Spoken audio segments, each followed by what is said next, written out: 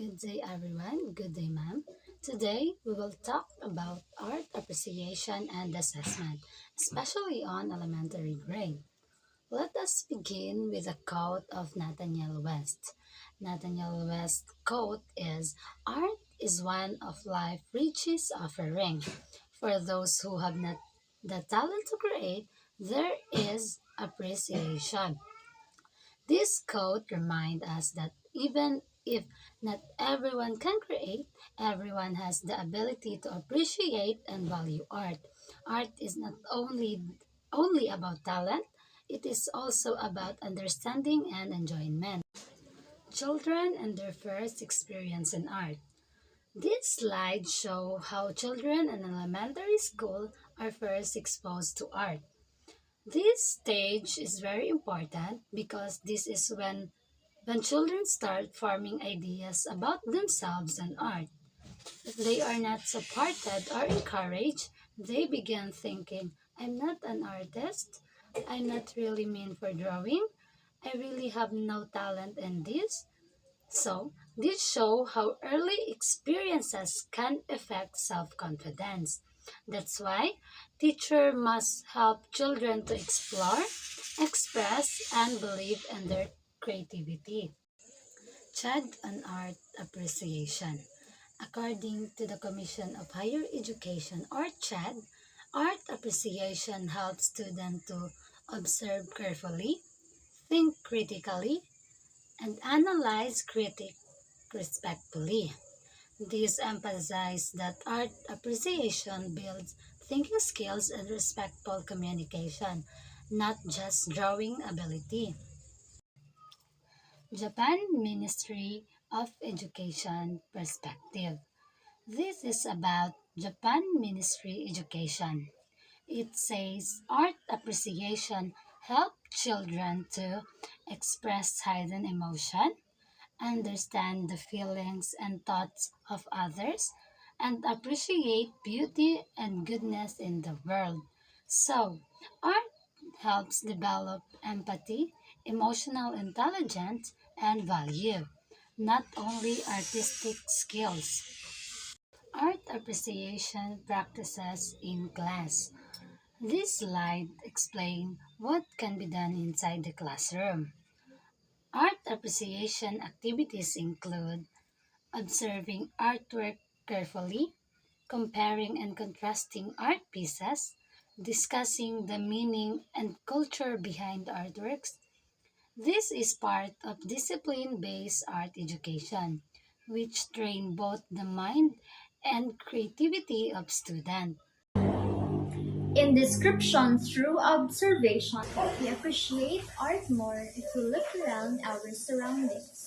Because a student who develops good observation skills is able to give more accurate description of what they see. In aesthetic scanning, we have here the four qualities and properties of a work of art. In sensory property, used to identify visual elements. Formal properties, it is how organized the elements are. And we have the technical property, it is the medium of the artist used. In expressive properties, it is the first expression or mood of the work conveys. In visual communication and visual literacy, the visual thinking method asks these three questions. What's going on with this picture? What can you see that makes you say that? And what more can we find? In interpretation and reflection, this is the part where the students can interpret their own work or the other students' work. And these are some example questions and statements.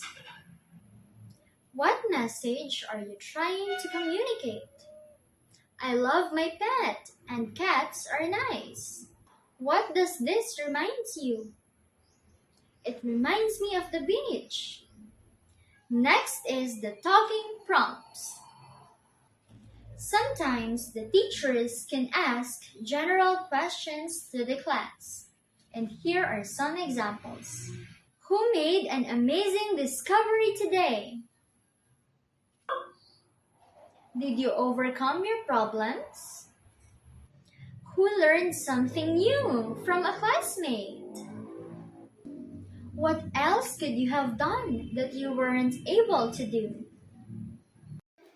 Giving value and remarks.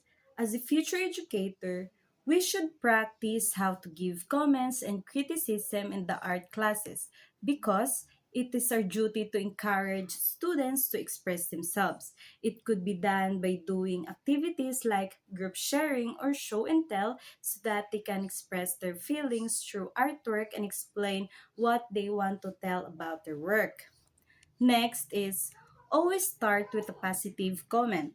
It is very important to consider the students' feelings. So even if you doesn't like their artwork or it doesn't appeal to your taste, that you didn't even understand what they was trying to convey in their artwork, you still have to give positive comment to build a healthy environment inside your classroom. If you don't find anything nice to say, you have to ask your student what was in their drawing or ask them anything nice instead of being mean. And avoid giving comments like, I don't like your work, it's so ugly, do it again, or your color taste is so bad. These praises should not be used. You can just say, good Carla, I see you use red, blue, yellow for the sea. May I know why you choose this color? Comment on effort given by the child. As a teacher, you have to value your students' output and give them a sweet and nice comment. Like, wow, you did well, Clara. I love your drawing. It's so gorgeous. Next, when in doubt, ask first, then listen. So, if you don't understand your student's work or it seems like something you don't know about, then ask your students what he was trying to relay in that artwork because that might be a butterfly in your point of view, but that's actually a tree in their perspective.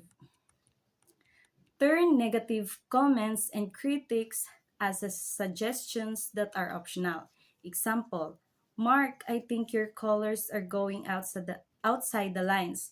Can you try coloring within the shape? Try holding crayons near the tip. Can we do it again? Teacher will show you how.